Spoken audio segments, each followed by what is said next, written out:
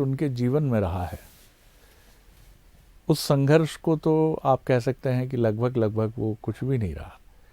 लेकिन उनके पिताजी ने, जो अब इस संसार में नहीं है, 2013 में उन्होंने इस संसार को विदा ली यहाँ से। लेकिन वो एक ऐसे जिजीविषा, इच्छा शक्ति, विल पावर से संपन्न एक ऐसे पिता थे जिनके जीवन में कोई व्यवस्था नहीं थी। वो एक बेहद ही, जिसको आप कह सकते हैं कि जिस तरह से भारत में किसानों के जीवन में विपदा, संकट और चुनौतियां होती हैं, कुछ वैसी चुनौतियों के साथ उन्होंने अपने जीवन का आरंभ किया, जहां उनके पास सिर्फ एक बैलगाड़ी थी और उसी बैलगाड़ी में कुछ सपनों को संजोकर अपने परिवार के साथ वो एक नई शुरुआत के लिए बढ़ चले। लेकिन पता नहीं उन पिता ने अपने पुत्र में बचपन से ही ऐसा क्या देखा कि उनको ये लगता था, शायद एक पिता ही अपने पुत्र को सबसे बेहतर जानता है, कि वो ये समझ गए थे कि ईश्वर ने अगर मुझे कोई जीवन का सबसे बड़ा उपहार दिया है तो वो उपहार मेरा ये पुत्र है। और अपने पुत्र के सपने के लिए उन्होंने वो सब कुछ, सर्वस्व अपना, जिसको आप कहते हैं, न्यौछावर कर दिया, जो किसी व्यक्ति के पास देने के लिए होता है। और पुत्र ने भी उन्हें निराश नहीं किया और आज वो एक सीनियर कैपेसिटी में मध्य प्रदेश में राज्य प्रशासनिक सेवा में काम कर रहे हैं और अभी आधा रास्ता ही उन्होंने अपनी सेवा का तय किया है। तो मुलाकात करिए, मेरे साथ हैं राज्य प्रशासनिक सेवा के सीनियर अधिकारी डॉक्टर जीवन एस रजक। बहुत स्वागत करता हूं सर। पीछे लौटें डॉक्टर रजक, तो एक संघर्ष का बहुत गहरा हिस्सा आपको नज़र आता है। और अभी जब आपसे मैं चर्चा कर रहा था तो पूज्य बाबूजी को मैं प्रणाम कर रहा था और आप भी बात करते हुए उनकी स्मृति कौंती है तो आपका मन भी भीगता ही है। एक कवि हृदय व्यक्ति का मन। कैसे आप अपने बचपन को याद करते हैं? ढेर सारी चुनौतियाँ, परेशानियाँ, और उसके बीच में एक पिता का मन कि नहीं, जो कुछ करना है जीवन को करना है, और ये करके दिखाएगा। ऑब्वियसली जीवन में परेशानियां और संघर्ष तो सभी के जीवन में रहता है, निश्चित। लेकिन मैं शायद उन भाग्यशाली लोगों में से एक हूँ जिनके संघर्ष के पीछे उसके पिता का संघर्ष बहुत ज़्यादा है। आपको पढ़ाई लिखाई करना है, मेहनत करना है, कुछ अभाव में भी आपको रहना है, ये सब तो जीवन का हिस्सा है। लेकिन मेरे यहाँ तक पहुँचने की और मेरे संघर्ष में जो मेरे पिता ने जो संघर्ष किया, जो उनने साथ दिया, वो बहुत महत्वपूर्ण है। उन्होंने मतलब एक गांव के एक छोटे से लड़के को उठा के उनका भरोसा था मेरे ऊपर, या उनकी कृपा थी, ईश्वर की कृपा थी कि आज मैं आपके सामने बैठने लायक हो पाया हूँ। तो ये देखा जाए तो इसमें जो ज़्यादा संघर्ष है वो मेरे पिता का है मेरी तुलना में। क्या आपकी और बाबूजी की कोई एक बड़ी बॉन्डिंग ऐसी रही कि आप बिना कहे उनकी मनोभावना समझते रहे और वो आपको समझते रहे? क्योंकि कई बार एक इस तरह का एक संबंध विकसित होता चला जाता है और नियति ही इसका सबसे बड़ा कारण होती है। देखिए, एक तो मैं सबसे छोटा था घर में, सबसे छोटा व्यक्ति सबसे ज़्यादा स्नेह पाता है। बिल्कुल सही। मुझे भी माता पिता, भाइयों, भाभीयों, बहनों, सबका बहुत स्नेह मिला। दूसरा, पढ़ने लिखने में, चूँकि उस समय गांव में सरकारी स्कूल में आपको पढ़ना होता था, तो पढ़ने में थोड़ा ठीक ठाक था। तो गांव में लोग हमेशा मेरे पिता को कहते थे कि भाई इसका लड़का, वो अंधों में काना राजा वाला मामला था, तो बोले इसका लड़का पढ़ने में ठीक है।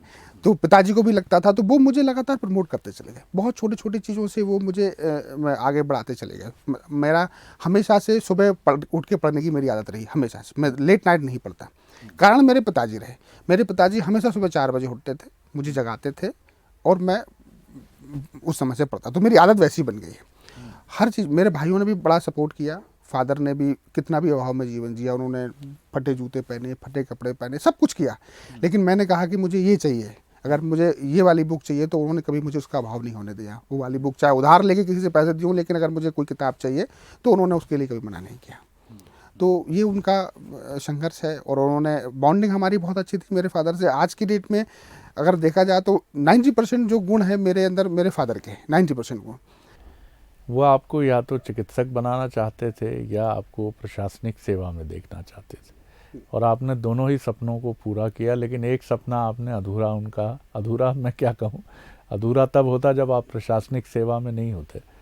लेकिन वो पूरा ना करने के बाद उनकी जो रिएक्शन मैंने आपसे सुनी कि उन्होंने कहा कि कोई बात नहीं, छोड़ा है, भूल जाओ उसको, अब अपनी नई तैयारी में लगो और तुम्हारे सपने को पूरा करने के लिए मैं पूरी अपनी बाजी लगा दूंगा। ये मैं थोड़ा इसको समझना चाहूँगा कि ये एक पिता का मन, कितने भारी मन से वो अपने पुत्र के लिए इतनी बड़ी बात कह रहे हैं। नहीं देखिए मेरे फादर पढ़े लिखे तो थे नहीं। अब पहले ये स्थिति होती थी कि अगर किसी ने 10th क्लास के बाद विज्ञान ली तो ये मान लिया जाता था कि लड़का डॉक्टर बनेगा, डॉक्टर की पढ़ाई कर रहा है, सीधा सा उनका हिसाब किताब था। अब मैं जब, मुझे भी नहीं मालूम था कि डॉक्टर कैसे बनते हैं। मैं राजसेन में सरकारी स्कूल से पढ़ के आया, इसी में विदिशा जब मैं कॉलेज में एडमिशन लिया तो वहाँ उस समय पीएमटी का बड़ा क्रेज हुआ करता था। तो मैंने कहा मैं भी पढ़ूंगा, तो मैं किसी कोचिंग करने के लिए किसी प्रोफेसर के घर चला गया। अब मैं जुलाई में एडमिशन हुआ तो अगस्त में गया, तो उसने बड़ा डांटा मुझे, बोले अभी तक क्या तुम सो रहे थे? पीएमटी की कोचिंग वगैरह जो होती है वो मार्च अप्रैल से स्टार्ट हो जाती है। मैंने कहा सर अभी तो मैंने 2 दिन पहले एडमिशन लिया है। तो बोले कहाँ से आए हो क्या, उसने सब कुछ पूछा। अब मैं वैसे ही थोड़ा सा बेवकूफ़ टाइप का, तो गांव से आया आदमी, शहर में वैसे ही डरा सहमा सा रहता है बेचारा। तो बोले यार देखो ऐसा है, तुम जैसे गधे लोग डॉक्टर नहीं बन सकते, बीएससी पास हो जाए वही बहुत बड़ी बात है। अब मैं तो ये समझता था कि भाई मैं बड़ा होशियार आदमी, वही अंधों में कान आने वाली बात, मैं तो बड़ा होशियार, पढ़ने में ठीक ठाक हूँ। तो वो बात मुझे लग गई। मैंने कहा नहीं, अब तो मैं, पिताजी की इच्छा है कि डॉक्टर बनना, अब तो मैं बनूंगा चाहे कुछ भी हो जाए। लेकिन मैंने ड्रॉप नहीं लिया, ड्रॉप लेने का मेरा कोई मूड नहीं था, कोई बीएससी भी करना है। पहली बार दिया तो मेरा वेटनरी में सिलेक्शन हुआ। पिताजी के पास गया तो मैं रोने लगा, तो बोले क्या हुआ? मैंने कहा वो उसमें नहीं हुआ, इसमें हुआ। अरे बोले तो क्या हुआ, तेरा बाप जिंदा है? बोले अभी क्यों रोना तेरे को, अगली बार हो जाएगा। दूसरी बार दिया तो मेरा डेंटल में हुआ। पिताजी की थोड़ी सी इच्छा थी कि भाई डेंटल डॉक्टर भी ठीक है कर ले, तो फिर मैंने कहा नहीं मैं नहीं करूँगा। उस समय मैंने मना कर दिया, मैं नहीं करूँगा। तीसरी बार दिया तो फिर मेरा एमबीबीएस में हुआ। जब एमबीबीएस सिलेक्शन हुआ तो बिना किसी कोचिंग के हुआ, और ग्रेजुएशन भी हुआ। और जिस कॉलेज के वो कह रहे थे कि आप बीएससी नहीं हो सकते, उस कॉलेज को मैंने ग्रेजुएशन में टॉप भी किया उस कॉलेज को। तो वो आसपास चर्चा हो गई, भाई हमारे समाज में कोई डॉक्टर नहीं था, सब चर्चा हो गई फलाने का। अब गांव का पृष्ठभूमि आप समझते हैं, फलाने का लड़का डॉक्टर बनेगा। तो फिर लेकिन उस समय क्या हुआ कि मुझे पता चल गया कि कोई पीएससी की परीक्षा होती है तो अधिकारी बन जाते हैं। तो मैंने कहा ये काम बढ़िया है।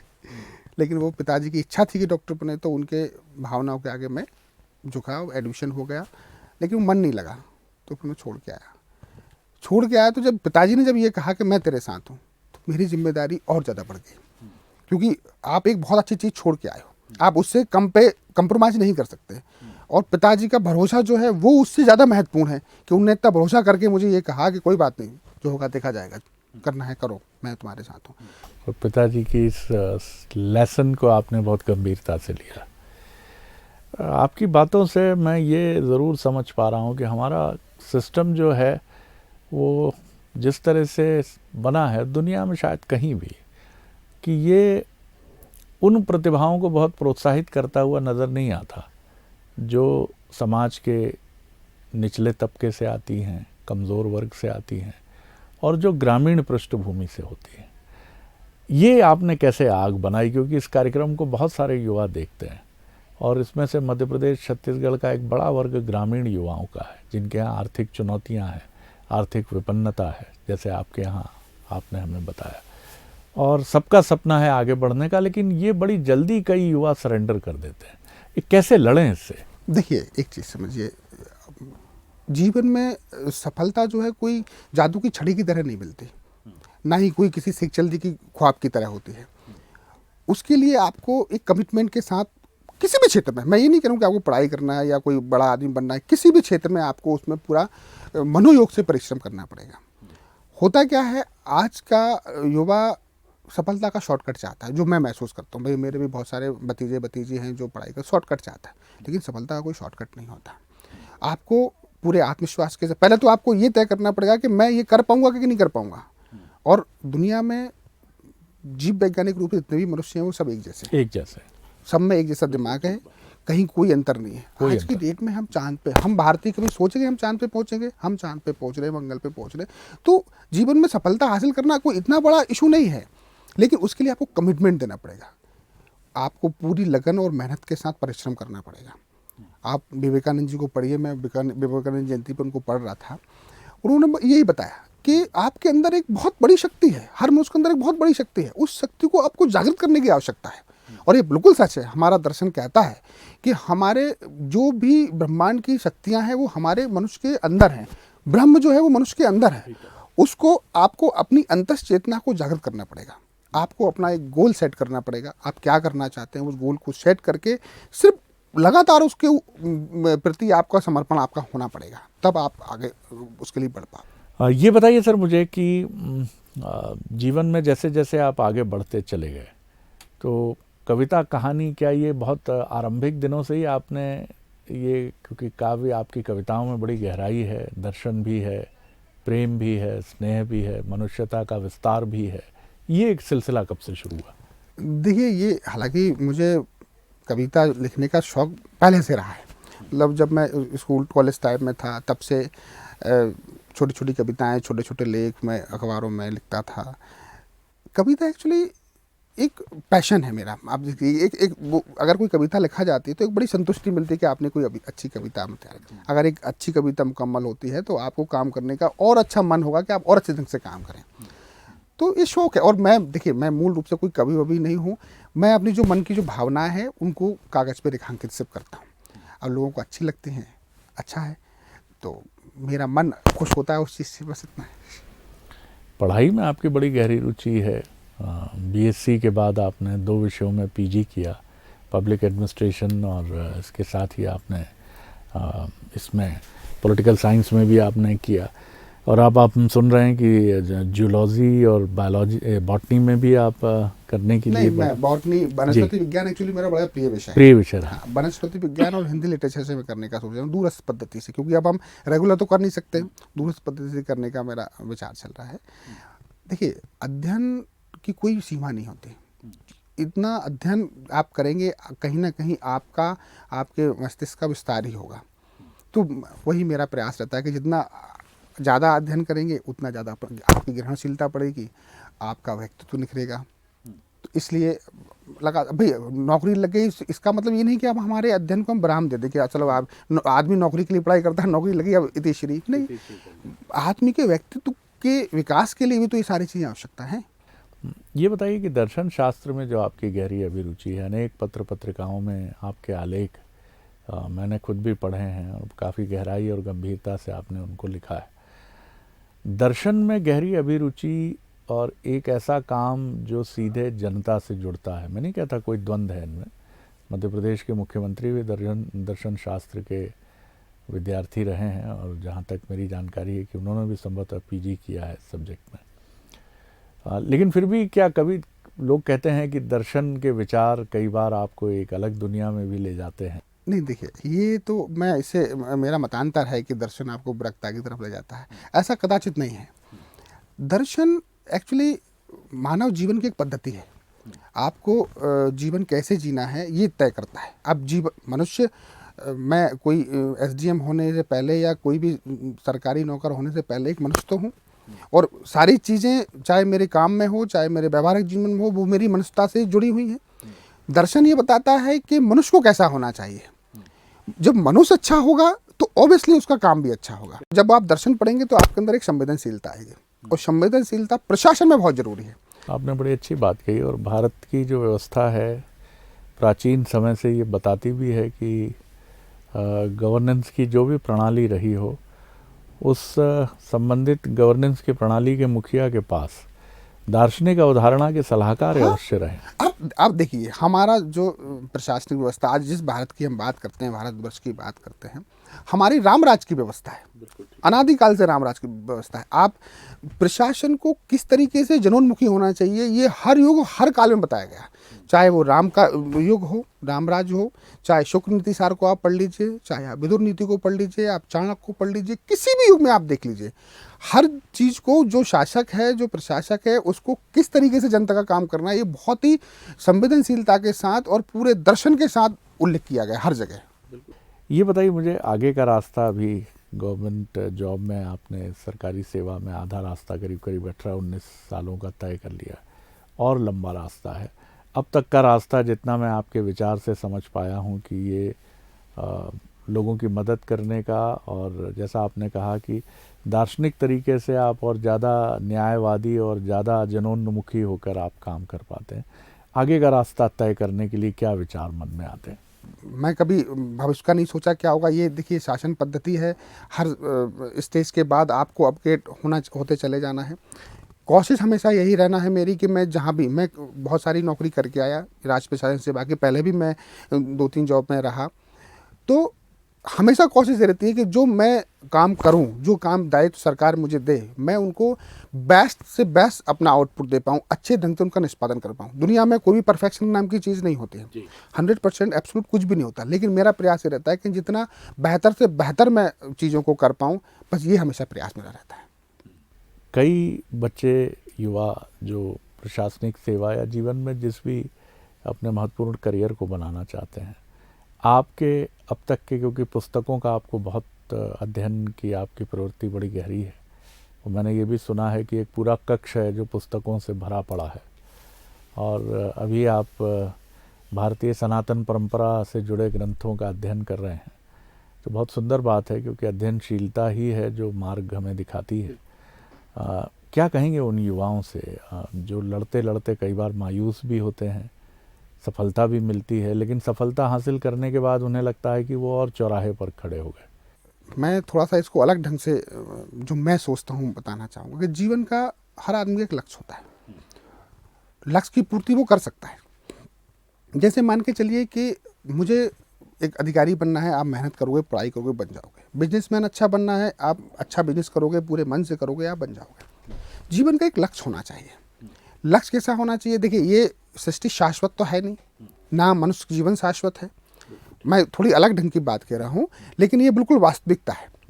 क्या होता है कि आज नहीं कल 60 साल 70 साल बाद इस दुनिया से विदा लेना है। तो जीवन का लक्ष्य जो मैंने सोच रखा है वो ये है कि अगर जब आप इस दुनिया से विदा लें, मुझे लगता है कि जब आदमी दुनिया से विदा लेता होगा तो पूरा जीवन चक्र उसके सामने चलता होगा, मुझे ऐसा लगता है। तो तब हमारे यहाँ संतुष्टि होना चाहिए कि हमने जो जीवन जिया वो अच्छा जिया। ये जीवन का परम लक्ष्य होना चाहिए। आज की दुनिया में, आज के इस वर्तमान परिवेश में मोक्ष की कोई अवधारणा नहीं है, मुझे ऐसा लगता है। तो होता क्या है, जो मैं भी जीवन महसूस किया चीज़ों को, जब आप किसी पद पे पहुंच जाते हैं, कुछ उपलब्धि हासिल कर लेते हैं, तो हमारे अंदर एक अजीब सा अहंकार पैदा हो जाता है। कभी कभी हमें भी नहीं पता होता कि वो हमारे अंदर अहंकार पैदा हो गया है, कभी कभी हमें भी नहीं होता। तो वो आदमी को, जहाँ आदमी के अंदर अहंकार पैदा हुआ, वो आपको विकृति की तरफ ले जाता है। ये बिल्कुल शाश्वत है। तो जीवन में देखिए, सफलता का तो मैंने पहले ही बताया, सफलता प्राप्त करने का कोई मंत्र नहीं है, कोई जादू, कोई छड़ी नहीं है। आप ईमानदारी से प्रयास करिए, ईमानदारी से मेहनत करिए और अपने लक्ष्य के प्रति समर्पित रहिए, और तब तक चलिए जब तक कि आप लक्ष्य तक ना पहुंच जाओ, आपको सफलता निश्चित रूप से मिलेगी। उसके अलावा मुझे ऐसा लगता है कि जीवन में सरल होना सबसे कठिन काम है। आप सरल रहिए, लोगों का सम्मान करिए। इस दुनिया में भगवान श्री कृष्ण जो कहते हैं गीता में कि आप जो दोगे रिटर्न में आपको वही मिलेगा, जो उन्होंने कहा है। तो एक बहुत अच्छी अवधारणा जो गीता की है निष्काम कर्म की, कि आप, हमारे साथ क्या है कि हम एक फॉर्म बाद में भरते हैं, पहले सोच लेते हैं कि हमें करना है क्या है। तो फल की चिंता मत करिए, जो आप करेंगे उसके हिसाब से आपको फल मिलेगा। जितना आप करते जाएंगे उसके हिसाब से अच्छे कर्मों का अच्छा फल मिलेगा, बुरे कर्मों का बुरा फल मिलेगा। बहुत इंपॉर्टेंट बात आपने कही, बहुत महत्वपूर्ण मंत्र है कि अच्छा बनना ही वो सबसे बड़ा मंत्र है जो जीवन को सुंदर, परिपूर्णता से भरपूर और अपने सपनों की तरफ ले जाने वाला सबसे बड़ी, आप कह लीजिए कि सड़क है। कंक्लूड करूँगा, कोई कविता आपको याद आती हो, 3 कविता संग्रह हैं आपके, कोई ऐसी जो प्रिय हो आपकी कविता, उसकी कुछ पंक्तियाँ अगर आपकी स्मृति में हो? देखिए, एक कविता है मेरे पिताबे, लेकिन मुझे पूरी याद नहीं है। एक बार मैं होशंगाबाद में जब मेरी पोस्टिंग थी, तो मैं सफ़र कर रहा था ट्रेन से, तो एक अम्मा साथ, कभी आपने भी देखा होगा, वो पॉपकॉर्न बेचते हुई अम्मा मुझे एक ट्रेन में मिली। उस समय मैंने वो जब उस कंपार्टमेंट से इस कंपार्टमेंट तक गई, तब मैंने वही ट्रेन में बैठ के कविता लिखी। वो मुझे याद है, वो मैं आपको सुनाता हूँ। और वो एक समाज पे एक बहुत बड़ा कटाक्ष भी है। सिर पर झटक सफ़ेद बाल, सिर पर झटक सफ़ेद बाल, चेहरे की लटकती हुई खाल, और उम्र 90 से कम ना रही होगी, ट्रेन में पॉपकॉर्न बेचती अम्मा की। सिर पर झटक सफ़ेद बाल, चेहरे की लटकती हुई खाल और उम्र 90 से कम ना रही होगी। ट्रेन में पॉपकॉर्न बेचती अम्मा की, अपने झुके हुए कंधों पर उसने टांग रखे हैं 4-5 झोले। अपने झुके हुए कंधों पर टांग रखे हैं उसने 4-5 झोले।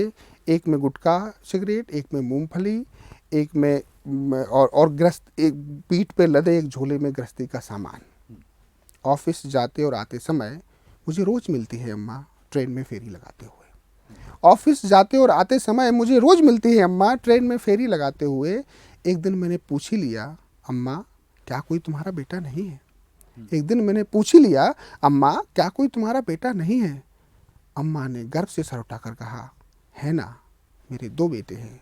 एक रेलवे में इंजीनियर है और दूसरा सरकारी दफ्तर में बाबू। एक रेलवे में इंजीनियर है और दूसरा सरकारी दफ्तर में बाबू। ओ, वाकई ये भारत जहाँ बुजुर्गों का सम्मान और ये दावे हम बार बार सुनते हैं, लेकिन एक माँ गर्व से अपने उन पुत्रों का विवरण दे रही है। ये नहीं कह रही है कि उसके बाद भी ये बैग उसके कंधों पर झोले क्यों टंगे हैं, जिसमें 90 वर्ष की उम्र में भी उसके जीविकोपार्जन की एक गहरी जद्दोजहद लेकर वो रोज़ चल रही है। तो ये माता पिता हैं और उन पुत्रों का दायित्व क्या कठिनाई है ये वही जाने। लेकिन ये चुनौती बहुत बढ़ रही है क्योंकि वृद्धाश्रमों की संख्या बढ़ रही है भारत में। बुजुर्गों के प्रति जो हमारा सम्मान और सहिष्णुता का स्तर है वो तेज़ी से कम हो रहा है। और ये अनुभव मैंने भी किया है कि जब भी मैं वृद्धाश्रमों में गया हूँ तो ऐसे माता पिता की संख्या मैंने वहाँ अधिक देखी है जो या तो घर में असहनीय व्यवहार की वजह से वहाँ आए हैं, या कई बार उनके पुत्र ने ही कहा है कि अब आपका हमारा रहना नहीं हो पाएगा घर में, बेहतर है कि आप यहाँ रहो, हम आते रहेंगे। और पिता ने अपने पुत्र के लिए या माता ने अपने पुत्र या पुत्री के लिए एक कठिन विकल्प को चुना जीवन के उत्तरार्ध में। सर बहुत भावुक और बहुत तमाचे की तरह है ये आपकी कविता। देखिए सर, माता पिता से बड़ा कोई भी पूजनीय सृष्टि में नहीं है। माता पिता से बड़ा कोई भी पूजनीय नहीं है इस दुनिया में। किसी भी ईश्वर या किसी भी देवता की आराधना के पहले माता पिता की आराधना आना चाहिए। लेकिन मैंने बताया ना कि आने वाली पीढ़ी बहुत ज़्यादा प्रैक्टिकल और भौतिकवादी होती चली जा रही है। इसके लिए वर्तमान पीढ़ी की बहुत बड़ी जिम्मेदारी है। बहुत बड़ी जिम्मेदारी है, बिल्कुल ठीक है कि अगर आज हम अभिभावक हैं 20 साल के बेटे या बेटी के, तो ये बहुत बड़ी जिम्मेदारी है। अगर हम किशोर पुत्र या पुत्री के माता पिता हैं तो संस्कारों की पाठशाला बहुत ज़रूरी है। आप उनको अच्छा engineer, doctor, MBA, IT engineer सब बना सकते हैं, लेकिन अगर आप उन्हें अच्छा बेटा या बेटी नहीं बना पाए, अच्छा नागरिक नहीं बना पाए, तो ये देश के प्रति, परिवार के प्रति, समाज के प्रति एक बहुत बड़ा अपराध है और इस अपराध के लिए जिम्मेदार हम माता पिता हैं। डॉक्टर रजक, मैं आपसे ये भी जानना चाहूँगा कि जो दायित्व आप अभी निभा रहे हैं, यानी कैबिनेट मंत्री तुलसी सिलावट जी के OSD का, तो ये कितना भिन्न है, कितना मुख्तलिफ है, कितना डिफरेंट है? क्या है भाई साहब कि जब आप फील्ड में एज ए SDM काम करते हैं, राज प्रशासनिक सेवा के अधिकारी के रूप में, तो आप प्रत्यक्ष रूप से जनता के साथ जुड़े होते हैं, जनता की समस्याओं को निराकरण करते हैं। हम फील्ड में रहते हैं तो एक मजिस्ट्रेट के रूप में काम करते हैं, कानून व्यवस्था को देखना पड़ता है और मतलब सीधी तौर पे जनता से जुड़े होते हैं कि जनता की जो भी सीधी समस्याएं उनका हम निराकरण करते हैं। अभी मैं जिस परिवेश में काम करूँ वो बिल्कुल अलग फील्ड से बिल्कुल अलग है। और यहाँ क्या है कि माननीय मंत्री जी के जो भी निर्देश है या जो भी उनका सोच है उसके हिसाब से काम करना पड़ता है। माननीय मंत्री जी जो हमारे हैं सिलावट जी बहुत ही सहज, सरल और सहृदय व्यक्ति हैं। उनका बड़ा भरोसा है मेरे ऊपर और उनका एक लंबा राजनीतिक अनुभव है और व्यक्तिगत जीवन में भी उनका बहुत लंबा अनुभव है। मैं बहुत सारी चीज़ों से सीखने की कोशिश करता हूँ और कोशिश करता हूँ कि अपना बेस्ट और पूरी ईमानदारी और निष्ठा के साथ जो भी बेहतर से बेहतर कर पाऊँ वो करने की कोशिश करता हूँ। बाकी काम है चाहे फील्ड में करो चाहे कहीं और, जहाँ जो भी सरकार दायित्व देगी उसको निर्वहन पूरी बेहतर ढंग से किया जाए, ये सोच के साथ मैं हमेशा काम करता हूँ। आपके पूज्य पिताजी जिनसे आप बहुत प्रभावित रहे हैं, उन पर एक फिल्म बन रही है जिसमें बड़े ही एक गंभीर एक्टर संजय मिश्रा वो उसमें लीडिंग किरदार में है और इसकी हमने सुना है कि कहानी आपने ही लिखी है। उसके बारे में बताएं। कुछ नहीं, एक शॉर्ट फिल्म है, आप सही करें, एक शॉर्ट फिल्म मेरे फादर के जीवन चरित्र पे बन रही है। बेसिकली एक डायरेक्टर साहब हैं मुंबई के, उन्होंने मेरी बुक कहीं से उनको मिली होगी, बुक पढ़ा, तो उन्हें बुक में पीछे जो जीवन चरित्र लिखा होता है ऑथर का, तो वो उन्होंने देखा होगा, तो संपर्क किया मेरे से। फिर ऐसी बातचीत हुई तो उनने जानना चाहा। फिर मैंने बताया कि भाई ये मेरी 15वीं गवर्नमेंट जॉब है। तो लोग आश्चर्य करते हैं कि ऐसा कैसे हो सकता है। फिर उन्होंने थोड़ा समझा, तो उन्होंने कहा कि सर इस पर तो एक फ़िल्म बनाई जा सकती है, शॉर्ट फिल्म अपन बना सकते हैं, इस पर आप लिखिएगा कुछ। मुझे कुछ भी लिखना नहीं आता था। फिर उन्होंने एक स्क्रिप्ट भेजी कि साहब इस तरह से कोई स्क्रिप्ट आप लिख दीजिए। तो फिर मैंने जो मेरे दिमाग में था, जो मैंने घटनाएं घटित बचपन से आज तक पिताजी के साथ जो मेरा इंटरेक्शन रहा, उसकी एक स्क्रिप्ट लिखी। फिर उन्होंने ही उस पर एक फ़िल्म बनाई है, बन रही है, मतलब अभी ऑन द प्रोसेस में है। तो संभवतः इस मंथ के एंड तक वो आ सकती है। तो अच्छा है सर, मतलब आपने मेरे फादर के लिए एक तरह से श्रद्धांजलि होगी, इससे ज़्यादा कुछ नहीं। क्या बात है। तो बहुत शुक्रिया करता हूँ सर आपसे बात करना। Thank you. बहुत सहजता के किसी गहरे व्यक्तित्व से चर्चा करने की तरह रहा, जिसमें कोई बनावट नहीं, कोई कृत्रिमता नहीं, जो अपने मन की सारी परतों को सामने प्रस्तुत करता है, लेकिन एक अदम्य आशावाद और अदम्य विश्वास के साथ कि मुझे आगे बढ़ना है, मैं पीछे मुड़कर नहीं देखता। यही मैंने अपने पिता से सीखा और यही मेरे जीवन का लक्ष्य है। और ना कुछ छिपाना है और ना कुछ छिपा कर आगे बढ़ना है, अपने संघर्ष के साथ आगे बढ़ना है, और इसी में मुझे मेरा मन रमता है। बहुत धन्यवाद करता हूँ। तो ये थे डॉक्टर जीवन एस रजक, जो राज्य प्रशासनिक सेवा के वरिष्ठ अधिकारी हैं। अफसरनामा में इतना ही। अगली बार एक और शख्सियत को लेकर आपसे मिलेंगे। इजाज़त दीजिए।